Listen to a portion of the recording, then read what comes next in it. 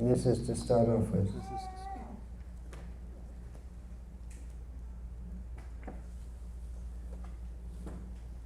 What is the difference between Krishna's expansions and incarnations? Do they come for different purposes with specific potencies? That's a very big question. If you get into all the technical details, that's a very big question. If you want to know about this more thoroughly, you have to see Chaitanya Mahaprabhu's teachings to Sanatana Goswami as given in the Sri Chaitanya Charitamrita, and that's also in the teachings of Lord Chaitanya. Krishna's expansions, well, there are two types, Vibhinangsha and Svangsha. Vibhinangsha means the jivas, Mamaivangsho jiva loke jiva bhuta sanatanaha. And Svangsha means Vishnu forms, which may be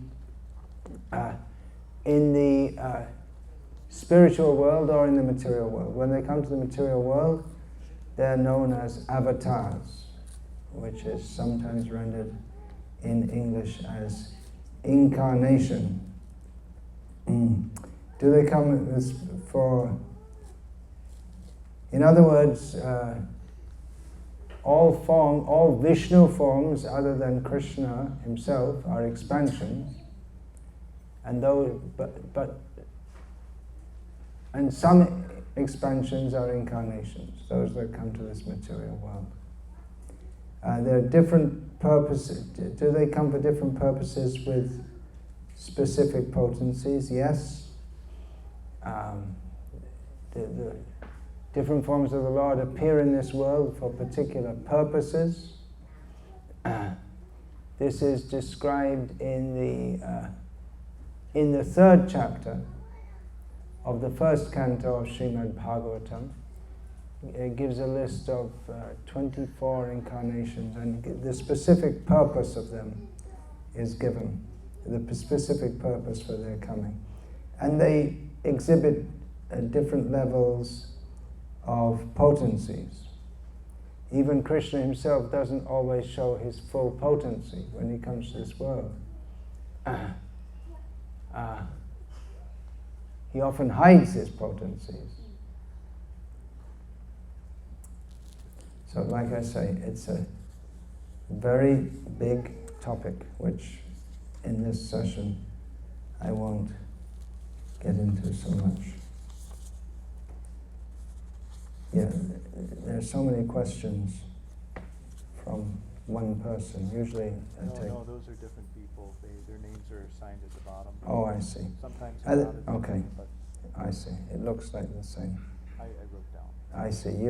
I see. That's why they look the same, because you wrote them all down.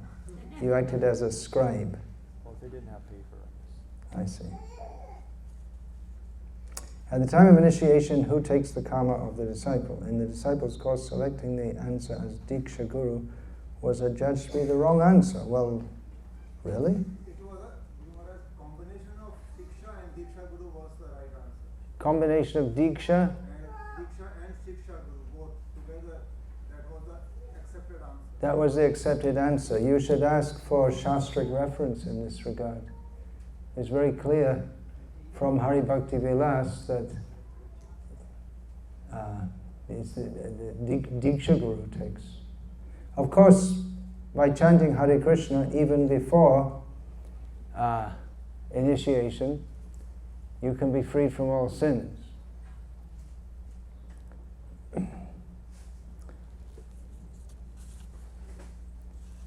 But still, let's say, who takes the karma? In the morning I spoke about the king taking the 1/6 of the karmic reactions of the citizens. I mentioned the sinful reactions, the pious reactions also. So yeah, you can ask for a Shastric reference for that. If anyone says anything about this, then they should provide Shastric evidence. Of course, if one enters into an intimate relationship with anyone, there'll be some karmic adan pradan, give and take. That's there. by association with various people, one becomes karmically involved with them. But a specific commitment is given to the Diksha Guru, who also gives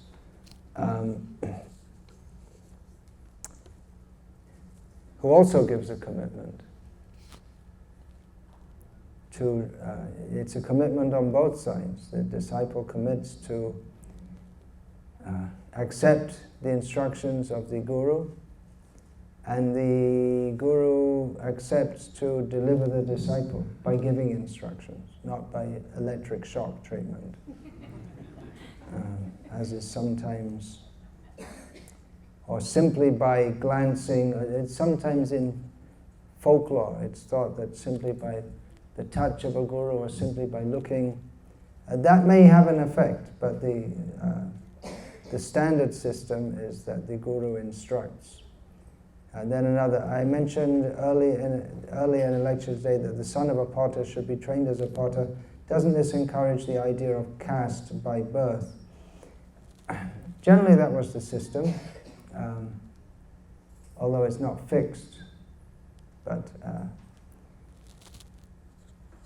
in one lecture or conversation transcribed of Srila Prabhupada that I recently read, he said that notwithstanding the rigidity of the caste system, which was a drawback in that, it had many advantages also. I did discuss this in, which book was that? Was it in Mothers and Masters? Or one of my books, I discussed this, how, I think it was in Mothers and Masters, yeah. How the child is trained from a young age, and that was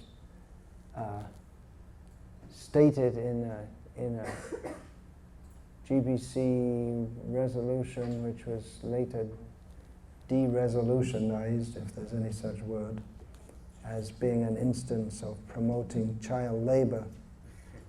But that's the general system. Although Krishna states in Bhagavad Gita, guna karma vibhagashaha, the four divisions are by guna and karma and not by birth. And there are many evidences in this regard. Still, that was the general. It was generally accepted that someone born in a certain family, they're trained in a certain way. If it's not inflexible. It's generally understood that one is born in a certain family, he's placed there because he fits there. But it's not inflexible. For instance, it's described that Rishabdev, the Supreme Personality of Godhead, who appeared as took the role of a kshatriya among his 100 sons. 9 of them were the Nava-yogendras, who were brahmanas, and others. So he was a kshatriya, but his sons acted. And there are many, many examples. There are many examples given in Shastra to debunk the idea that one's caste is actually, it's a word derived from Portuguese. It's not a Sanskrit word, or it's not. The concept of caste is not in the pristine varnashram system. It's the concept as it is now. But there's one whole, what is that, the Rajasuchika Upanishad. The whole Upanishad is it's a very short Upanishad, which describes different instances of people who are born in different ways and who became brahmanas, and all kind of born from a pot, born with the horns of a rabbit, or there's no such thing as the horns of a rabbit. That's an example. That's another example given to the Rishya Shringa. The horns, had the horns of a deer.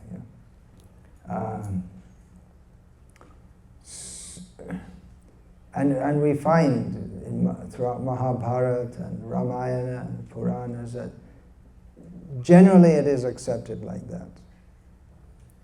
but it's not inflexible. And it's when it became inflexible, then it became tyrannical. Relationship of the disciple with the spiritual master, we hear the relationship is eternal, but if the disciple does not go back to Godhead, does the spiritual master have to come back from the spiritual world to guide the disciple back to Godhead in another lifetime? Yes, but he may appear in various forms also. If the disciple is sincerely following, but doesn't, if the disciple is sincerely following, generally he will go back to Godhead. It may take a little time. It may take 1 or 2 extra lifetimes, especially in the present age, by Chaitanya Mahaprabhu's mercy. If one is sincerely following, then the lacking will be made up by Krishna and the Guru. But sincerely following, if we actually see what Srila Prabhupada and Shastra expect of a disciple, then sincerely following, it means complete commitment. And that's actually what it means to be a disciple.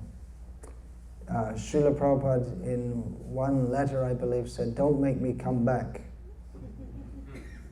And he also wrote that he's not obliged to come back for a disciple who's whimsical. Of course, I'm paraphrasing. The spiritual master, does he have to come back? Well, he may not be obliged. He may do so out of his kindness. And generally the spiritual masters are kind. As I understand it, Srila Prabhupada coming to this world to deliver the fallen souls on behalf of Chaitanya Mahaprabhu, it's not that Prabhupada did it once and then it's all over. Let's go back to Godhead. Like, as in the Christian or Islamic tradition have the idea that God created some beings in the vast expanse of eternal time. God created some beings in this world. Then he sent Jesus or different prophets like Muhammad to deliver them. And then most of them go to hell forever. And some of them go to heaven, and then it's all over. But then it's however long it is, it's just a second in eternal time. In that sense, I don't see that Srila Prabhupada is like that. He just comes once and it's all over. But if he has compassion for the conditioned souls, so he may come again and again and again. Chokudana diloje janme janme prabhu se. Means that doesn't mean that, okay, I'll take birth after birth and you have to come back again. But the concept of taking birth again and again, of course that comes, Chaitanya Mahaprabhu in his Shikshashtakam states that he's prepared to do so. And the Vaishnava doesn't think, yeah, well, I'm going back to Godhead. See you. I'm going. You may not be going, but I'm going. You can all stay here if you like, but I'm going back to Godhead. He's not. The devotee doesn't say that. We don't find that the acharyas say that. He thinks I'm not fit to go back to Godhead.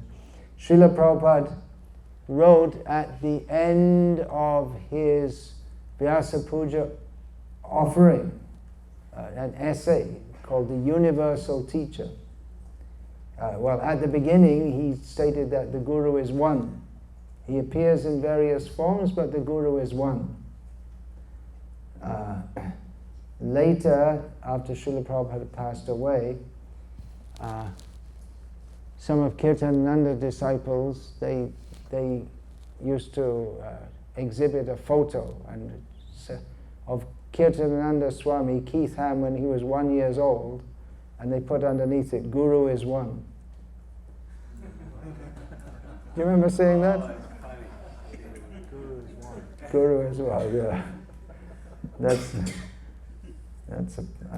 funny how they could do such a strange thing. But you see that once you get off, you can see how things can deteriorate. So, just on a side note, how many strange things came out of the mind of Keith Ham, Kirtanam Swami. So Srila Prabhupada, in that essay, he made the statement that the Guru is one, but he appears in various forms in various times and places. Even Srila Prabhupada, he stated that this would be the late 1950s or early 1960s. On the order of his Guru, he was promoting the Back to Godhead magazine. He was the Back to Godhead magazine. He was the editor, author of all the articles. He raised funds for printing it. He personally distributed it. Back to Godhead he was everything for the Back to Godhead magazine.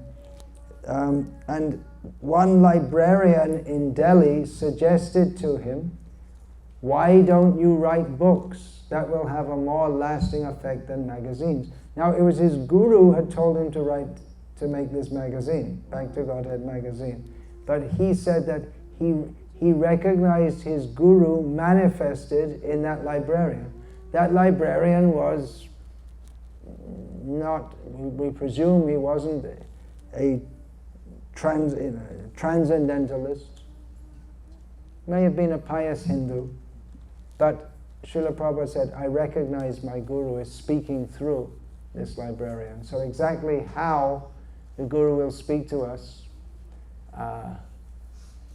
it may be in diverse ways. Also we have the example of Chintamani, the prostitute, who instructed Bilva Mangal.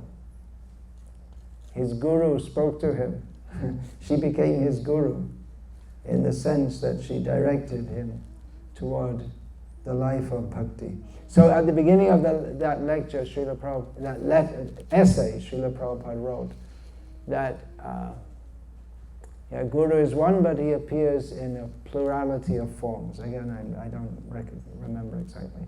And at the end of that essay, in which he gives a complete overview of Guru Tattva, he ends it by saying that I am unqualified. I cannot. In fact, it'd be very good. Could we get that up? We could find that the universal teacher. At the end of it, I cannot imagine. I'm unqualified to go to the spiritual world for crores of births, he says. It's in the science of self-realization. Yeah. You can look that up if you know how to do that. You can get the Veda base and then do an F3 search, string search for universal teacher. But they may have renamed it in the Veda base, in the science of self-realization. Very, Srila Prabhupada, his guru called him Kavi, which means poet. So his writing style, abhatavatyapi, even though imperfectly composed according to rules of English grammar, was very poetic, very pleasing. You got that?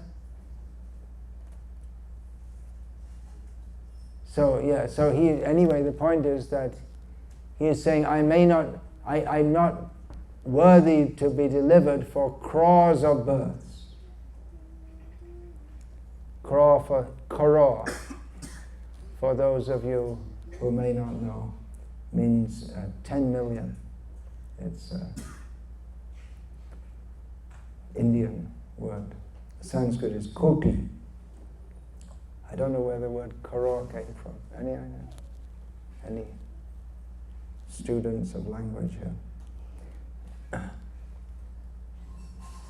So Guru may manifest in various diverse forms. But if one takes up Krishna consciousness sincerely and seriously, then Kaunteya pratijanihi name bhakta pranashyati. We're not lost. Swablam apyasya dharmasya trayate mahato bhayat. If we take up, again, it's the same message. The general message that Krishna gives, that one who takes up this path of dharma, they will be released from the greatest fear. And more specifically, Krishna says later on, to that Arjuna, you say it. This is such an important message. You have to say it. People may doubt me. People may say that Krishna, we can't trust him, but we can trust Arjuna. Arjuna was known as a very moral person. Some people doubted the morality of Krishna, but no one doubted the morality of Arjuna. So Krishna had this spoken by Arjuna. So next question.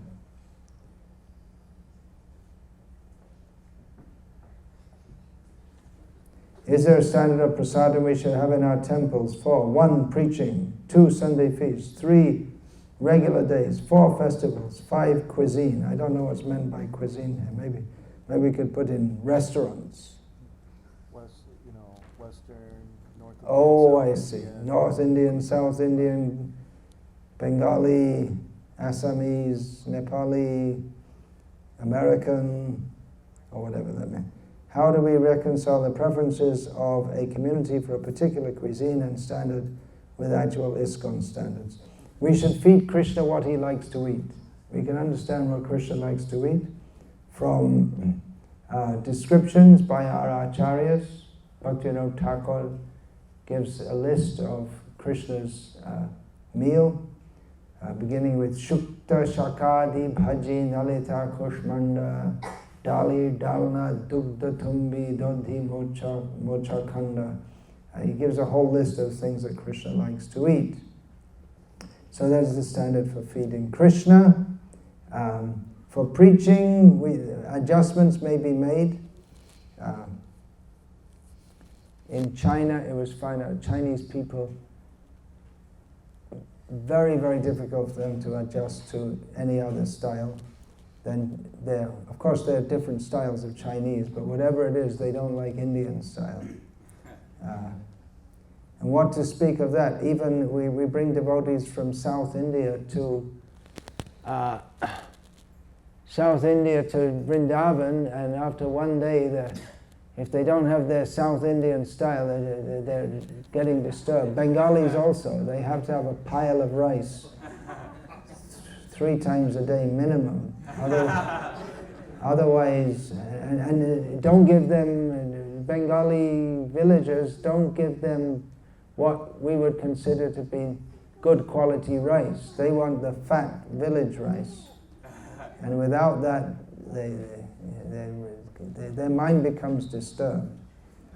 There may be various adjustments. Srila Prabhupada disallowed mushrooms, but when he was told that in France, I believe it was, certain people were very attached to that, and he was told that in the modern age, mushrooms that are for edible mushrooms are mostly, he said, why are they forbidden? Because they're fungus, they grow in dirty places.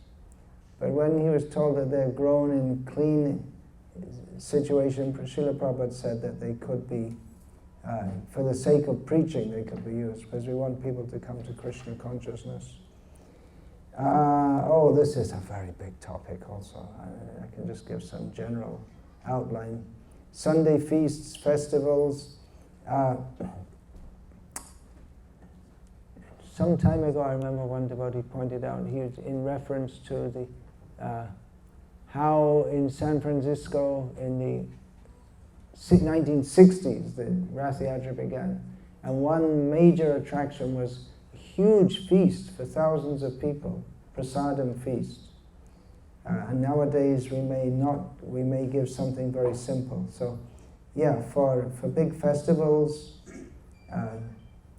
feast, full feast. Regular days, as I remember from when I joined, the idea was that for regular days we should have simple prasadam. Srila Prabhupada generally didn't approve of devotees eating very opulent prasad daily.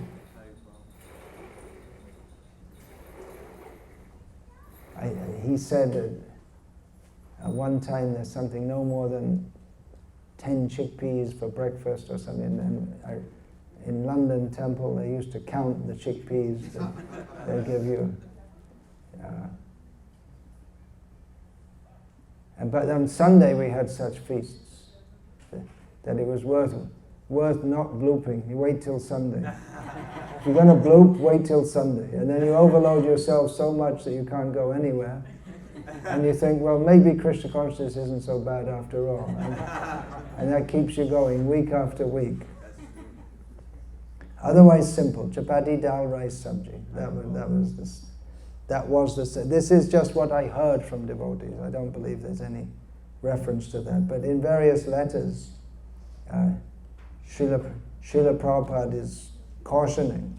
He cautions not to always eat opulent food. In one purport, I believe in the 4th canto of Bhagavatam, he says a brahmachari who he can become victimized by eating opulent food, and then he becomes a victim of sexual desire.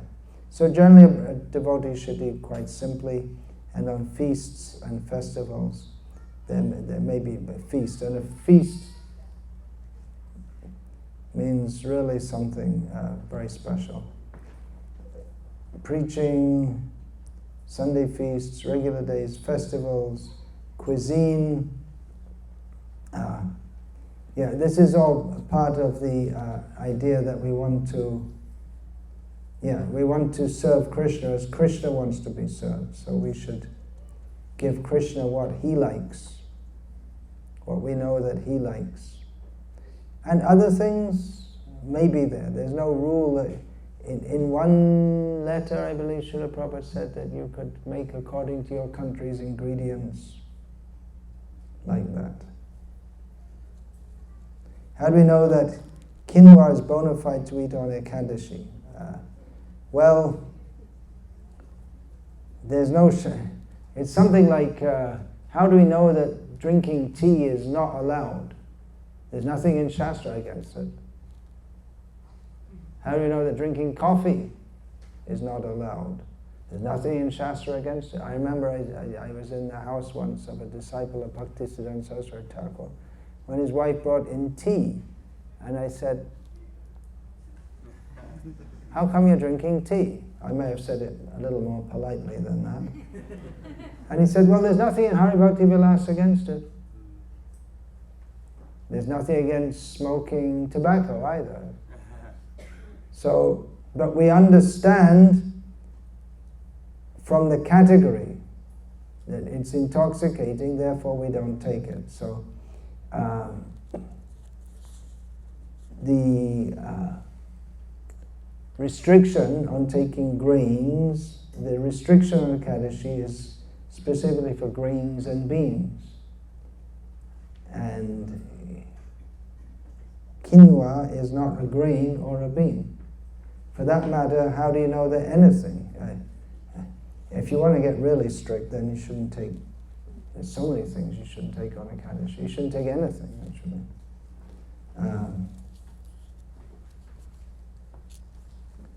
Many of things, we shouldn't take any red foods, which means watermelons, tomatoes, carrots, beetroots.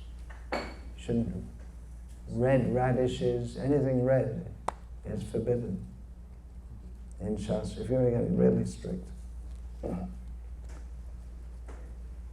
I remember once, it was in Hyderabad, there was eggplant sabji being served in the morning for breakfast. And one devotee turned up, it was during Chaturmasya, when you're not supposed to take eggplant, according to Hari Bhakti Vilas. And one devotee turned up. We hadn't seen him during the whole morning program. His daily program was to arrive at morning breakfast. Why was he allowed to stay in the temple at all? He shouldn't have been, but he was. Maybe he did good service after he got up. He came and said, "Oh, you're eating eggplant. That's not allowed in Chaturmasya." So he's protesting about that. The much more important rule to rise early in the morning, attend Mangalati, chant. He's not following that, but no, you can't eat eggplant in Chaturmasya. So that's an example of someone who had his priorities skewed up.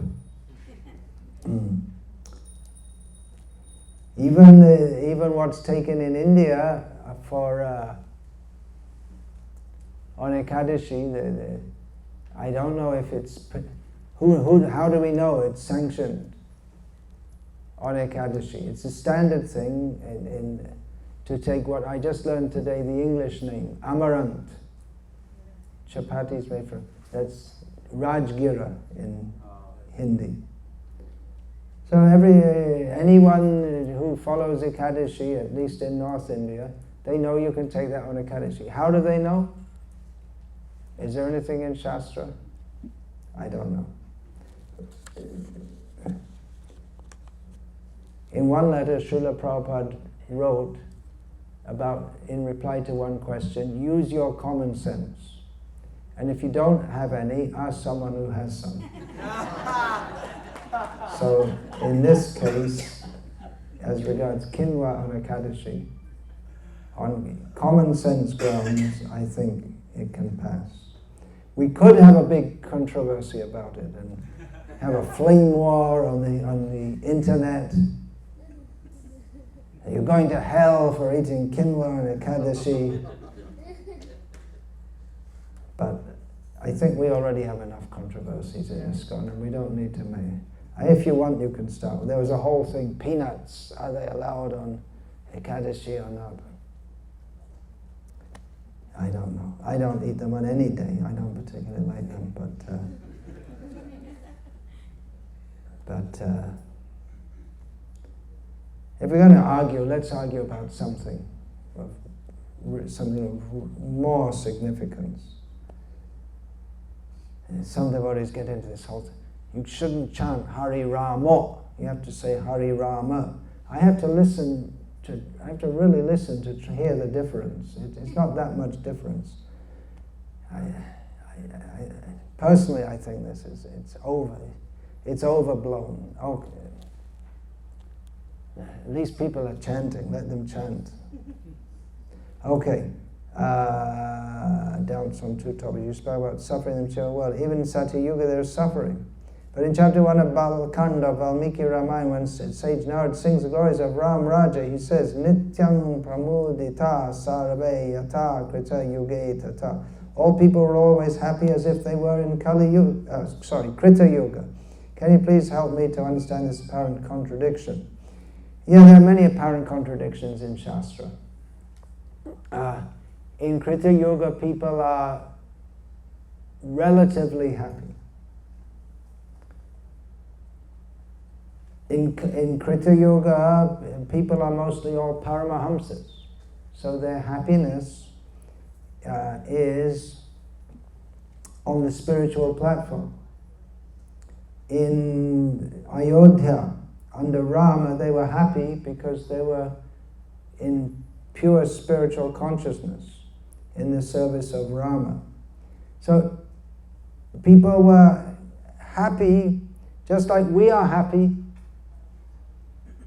in Krishna consciousness. But we also suffer in this material. We also suffer, isn't it? As much as we're not in Krishna consciousness, we suffer. And even though we're happy in Krishna consciousness, I just became aware right now, I was just thinking of giving myself as an example, I just became aware that I have a slight pain in my left knee. And others of you have more pain in your knees, which is why you're not sitting cross-legged at all. So that's one kind of suffering. But you're also happy. Isn't it? Chandrasekhar Prabhu has got pain in his knees, but is he happy or not? He's always happy. So there's suffering, but by spiritual consciousness one can transcend that. But still this material world is a place of suffering. That's one answer to that. There's one more question. On the other side. You spoke about artha and anartha. The four purusharthas. I didn't get into that. Dharma, artha, kama, and moksha. The fifth is prem. Premo pamartha mahan. I understand why artha and kama are wrong. True devotees are never interested in moksha. But why is dharma clubbed with the others? Oh, I just spoke on this somewhere, just a few days ago. I can't remember exactly where. Lord Rama is referred to as Dharmagya, the knower of Dharma. Is this due to the difference between mundane duties and spiritual duties? Yeah, artha, which in this context means wealth, money, and kama, desire for sensual enjoyment, prestige, stri aishvarya, prajapsava, family, and all this kind of thing. So that's material desire. So every human has a desire for artha and kama, every conditioned soul, but in Vedic culture, artha and kama are to be fulfilled via dharma. So those, and people who are more exalted, they aspire for moksha, and beyond that is Krishna Vishayak Prem, Param Purushartha, Jaha Age Trina Tula Chari Purushartha. Chaitanya Mahaprabhu said that Prem, of which the subject is Krishna, Krishna Prema, is the highest goal of human life, in comparison with which Dharma, Artha, Kama, and Moksha are as significant as grass, in other words, insignificant.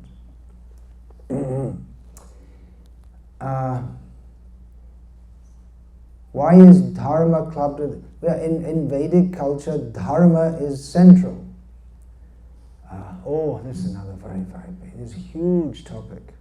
Let's try and do it quickly. Dharma is central. Dharma, in this context, means a way of life prescribed by Shastra for fulfilling one's material desires and fulfilling one's artha is fulfilling one's necessities, and on top of that there's desire, fulfilling one's sensual desires, and ultimately bringing one to the point of aspiring for moksha. So this is the standard for conditioned souls. The standard of civilization is to live according to dharma.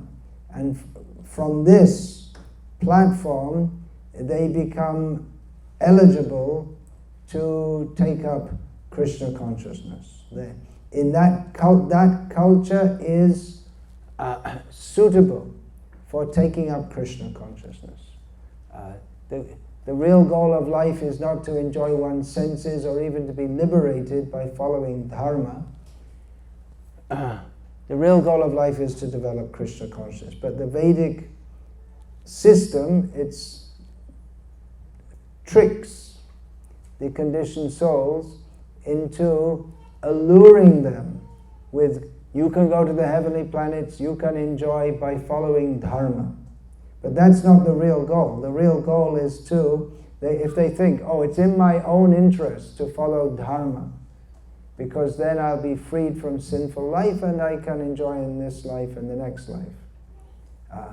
But that is not the real goal. The real goal is to regulate people so that gradually their consciousness can be purified in as much as they don't fall down into gross sinful life, and they perform pious activities which gives them the chance to perform at least Bhakti Unmukhi Sukriti, pious activities which are which prepare one for taking up bhakti. For instance, in Vedic culture, sadhus are to be respected. So if one comes across a sadhu sannyasi, he should bow down.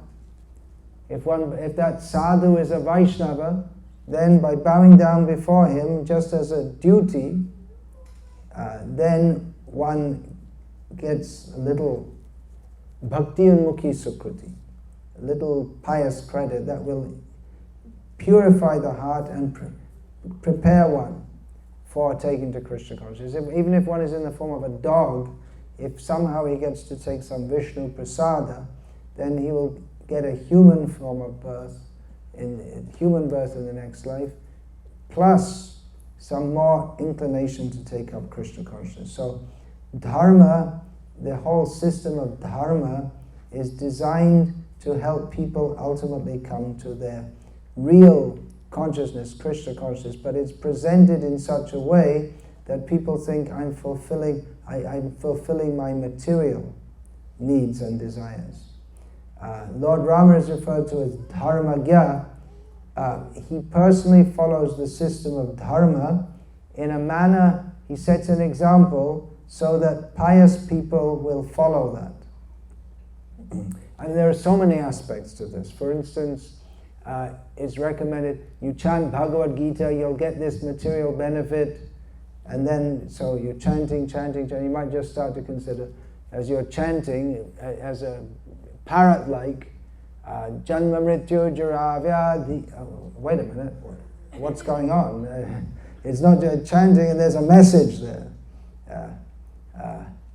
People are in dharmic culture, they respect Bhagavad Gita, they respect Shastra, and then that allows them to become susceptible to actually hearing the message, which is that all this worldly dharma, arthakama, and even moksha are not our real self-interest. Our real self-interest is param dharma, which is Krishna consciousness. There's dharma, swadharma, on the material platform is to perform one's duties according to the varnashram system, and the paradharma, or swadharma of the soul, is to be Krishna conscious. So Lord Ram, he is very aware of all of this. This varnashram system is so important that Krishna, he comes again and again to re-establish it as it breaks down. Yada yada hi dharmasya glanya bhavati bharata abhyutanam adharmasya tadatmanam srijamyaham. When Krishna says he comes to re-establish dharma, he does so by re-establishing or putting the varnashram system in place and teaching. He teaches Bhagavad Gita so that people can understand that ultimately all these dharmas, what is considered dharma, is not the inherent dharma or duty of the soul. Therefore Krishna says, Sarva dharman parityaja mamekam sharanam vraja. Is there a difference between mundane duties and spiritual duties? They can often overlap. They may be completely different. They may overlap, just like in dharmic culture, Vedic culture, everyone is to rise early. It's not just for Vaishnavas. Everyone has to rise early in the morning. Even if one has no spiritual aspiration, he has to rise early. To rise late, in and of its, even to rise late after sunrise is sinful. Just to rise late. So most people, just by sleeping, they're being sinful. So in many cases, They overlap. We find in Chaitanya Mahaprabhu's instructions to Rupa Goswami about how to give, Sanatana Goswami, how to give instructions for Vaishnavas. There are things like Danta Dhavana, which means cleaning the teeth. What's spiritual about that? Well, it is spiritual if it's done Krishnarte Kila Cheshta. Everything should be done for the satisfaction of Krishna. So maintenance of the body is a mundane duty, but when it's done to maintain the body for the service of Krishna, it becomes spiritual. On the other hand, we shouldn't go around and preach that Chaitanya Mahaprabhu said to clean your teeth. So your main duty in life is to clean your teeth. Or that your devotional, cleaning your teeth is devotional service. Yeah, but as an adjunct to the central activities of Shravanam, Kirtanam, Vishnu Smaranam, and so on. So we may say that, well, my studying in the college is your devotional service. It may be if one's whole goal of life is to serve Krishna. But if it's your material desire to be fulfilled, then it should not be equated with Shravanam, Kirtanam, Vishnu Smaranam. Just like, okay, Chaitanya, I'm following one instruction of Chaitanya Mahaprabhu, I brush my teeth every day. So I'm a follower of Chaitanya Mahaprabhu. No. By brushing your teeth, you don't become a follower of Chaitanya Mahaprabhu. So we have to distinguish between those that overlap and what is the essence of the spiritual duty. The essence of the spiritual duty is to do everything for Krishna's satisfaction. Very, very big topics. I've written lots and lots on all these things, but I have to sort it all out and publish it. So, much to do. I probably won't finish it in this lifetime, then some people have to take it over. I'm taking written questions, if you don't mind. We promote cow protection. Jai, Hare Krishna, good. Glad someone's doing that. But in scriptures it says Brahmanas must also be protected. A society that does not protect cows and Brahmanas is not a cultured society. The question is, how in our society can Brahmanas be protected? What does it mean practically to protect Brahmanas? Well, first thing is we have to have Brahmanas. Then the question of protecting them arises.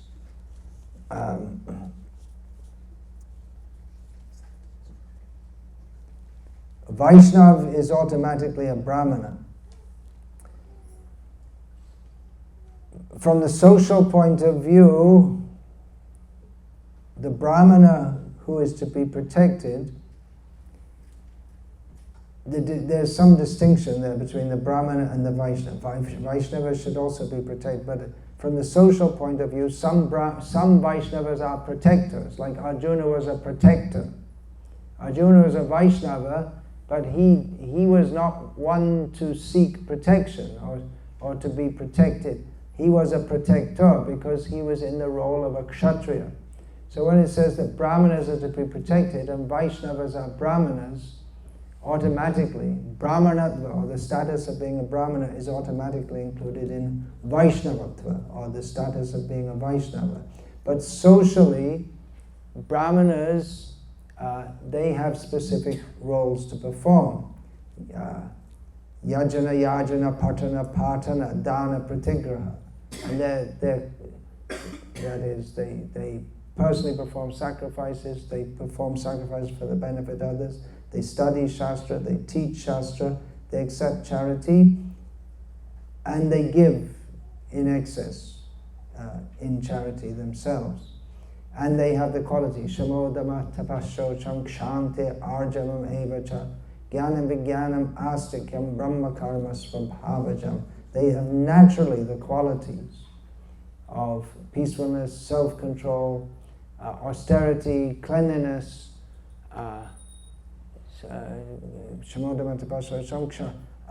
tolerance, straightforwardness, knowledge, and realization. So they naturally have these qualities. So such brahmanas are those to be protected. In other words, they don't endeavor for protection for themselves. They simply perform their important duty of acting for the religious and spiritual welfare of society. Therefore, they require to be protected and maintained. We don't have any such mechanism instituted in our society for doing that.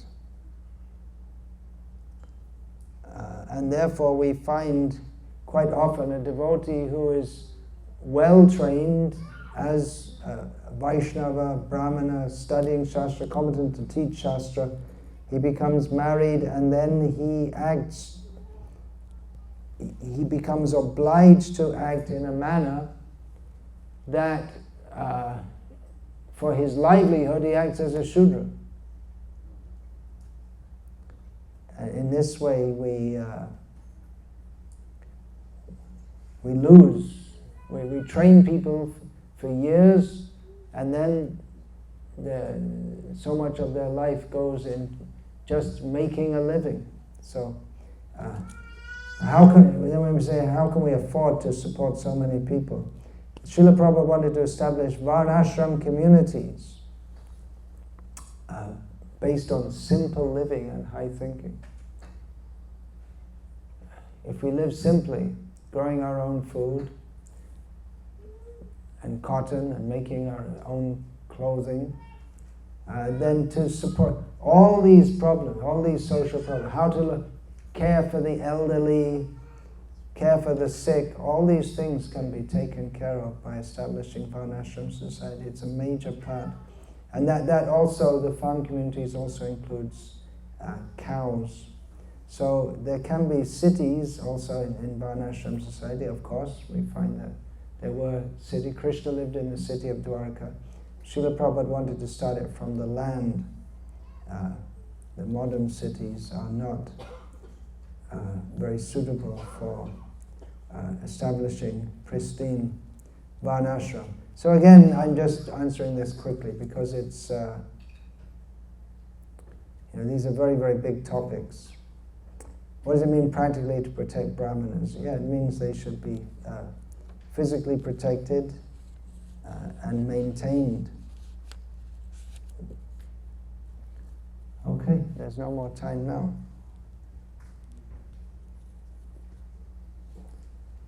Hare Krishna. Many interesting questions here. So, Maharaj, we could go in excess and have a silent arati if you'd like. Have a silent arati. Is that okay? Yes. No concern. Who's the town president? Is here? No one's objecting. Okay. What's the first word here? Looks like but you... It's crossed out. Okay. When I pray every morning...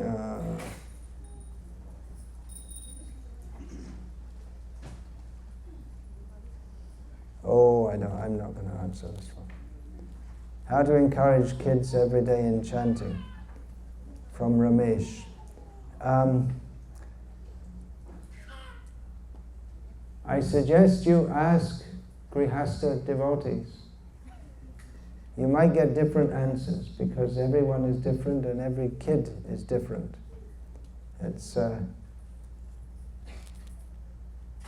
People can be amazing. It's amazing how different everyone is. In modern society, it's very impersonal, but if we get to know people, we'll find everyone's very different actually. So I suggest you, Ramesh, who asked this question, ask some Grihastha devotees who have kids, and especially those whose kids are chanting. They can give you the time to answer this in more detail. But there might not be any one specific formula. When we try to abstain from some enjoyment for some time, that desire comes back after some time and we end up giving in. So is indulgence in desire to purify it better, or keep saying no? If so, how can we not become victim again?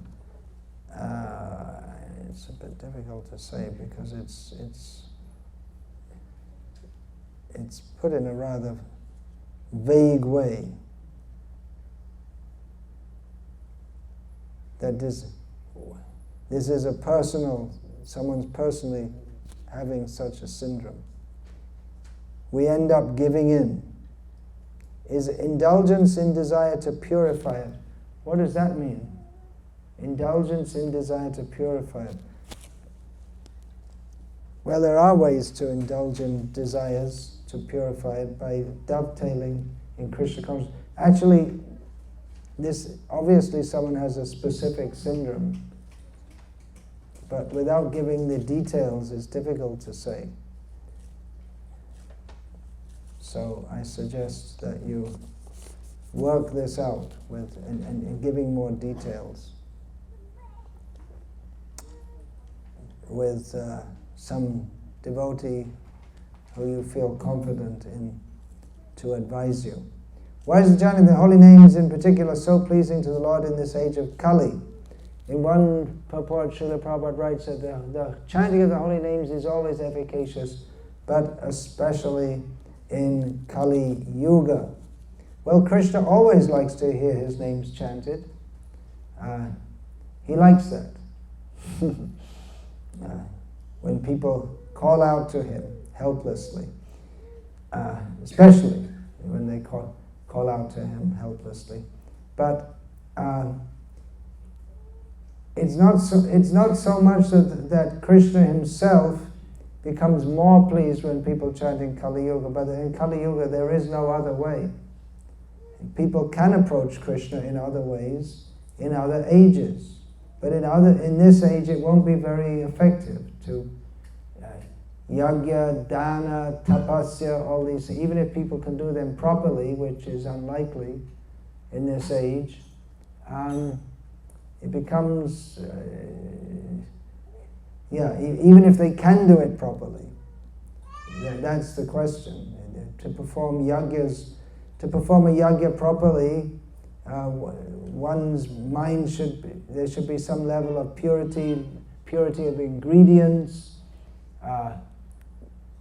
There should be purity of atmosphere. That means it shouldn't be in a sinful place. Everywhere is sinful. So how can you properly perform a yagya? Or to do puja properly, according to the proper system, there should be so much purity. You can't use tap water or bottled water. You can use well water from your own well, which is only used for the deities. But there's still some people maintaining that in India. But most household puja goes on in apartment buildings or houses where there are attached bathrooms, which means the whole building is a stool house. That's why the stool house is called an outhouse. That's one of the words. Outhouse. It's outside. But when it's joined together, then everything becomes contaminated, and the smell of meat comes. We can't do it properly in this Kali. But so why do it at all? Everything can be purified by the chanting of the holy names. So other things can be done. Yagyas can be done. Deity worship can be done. But without the purification of chanting the holy names, those processes, they won't be effective. They'll be simply full of offenses. So in this age of Kali, also because people are suffering so much, that it's actually an advantage. They can call out with feeling to Krishna. And that calling out with feeling is the essence of chanting the holy names, which in more ritualistic processes, performing yagyas or reciting shastra, that feeling is less directly expressed, if it's there at all. Often people perform yagyas, but in in a ritualistic way, it doesn't in and of itself engender that kind of feeling that comes from chanting the holy name. In performing, it's not that one, maybe it's not necessarily that one's doing it without feeling, but in yajna there's the feeling that I'm doing this, I have brought all this together, I'm doing this, I'm a qualified priest for performing this, or I am the rich man who has made this possible. But in the holy names calling out, there's ourself and Krishna. Krishna, please deliver me. So that pleases Krishna more than anything. The mood of helplessness of the devotee. This we should discuss. That's also why we need to discuss Shravanam and Kirtanam. Otherwise, if the Kirtan is without that feeling of calling out to Krishna, O Krishna, O energy of Krishna, please engage me in your service. Without that, then it degenerates into a musical performance, and that's not very pleasing to Krishna. Of course, Krishna also likes music. Music may be performed for Krishna's pleasure. And it's not that to please Krishna we have to play the kartals out of time and sing out of tune. We should try to sing in a melodious manner also. But we always have to remember that the essence of kirtan is calling out to Krishna in helplessness. Please deliver me. And Krishna, he responds just like a mother responds to the child. Srila Prabhupada says that we should call out like a helpless child, calling out to the mother. And naturally the mother responds. So if we call out with that feeling, then Krishna, who likes to give shelter to his devotees, he responds. If we call with that helpless mood. There's the picture of Gajendra calling out to Krishna in helplessness. Krishna personally came to deliver him.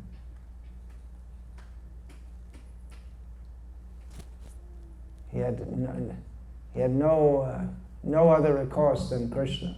The mighty elephant was now embarrassed by a crocodile, and all his friends and wives, they couldn't help him. He called out to Krishna. So that's also why it's good to practice this, because we don't know what our future birth will be, but that calling out, because he had that attitude of bhakti that revived in the next life also.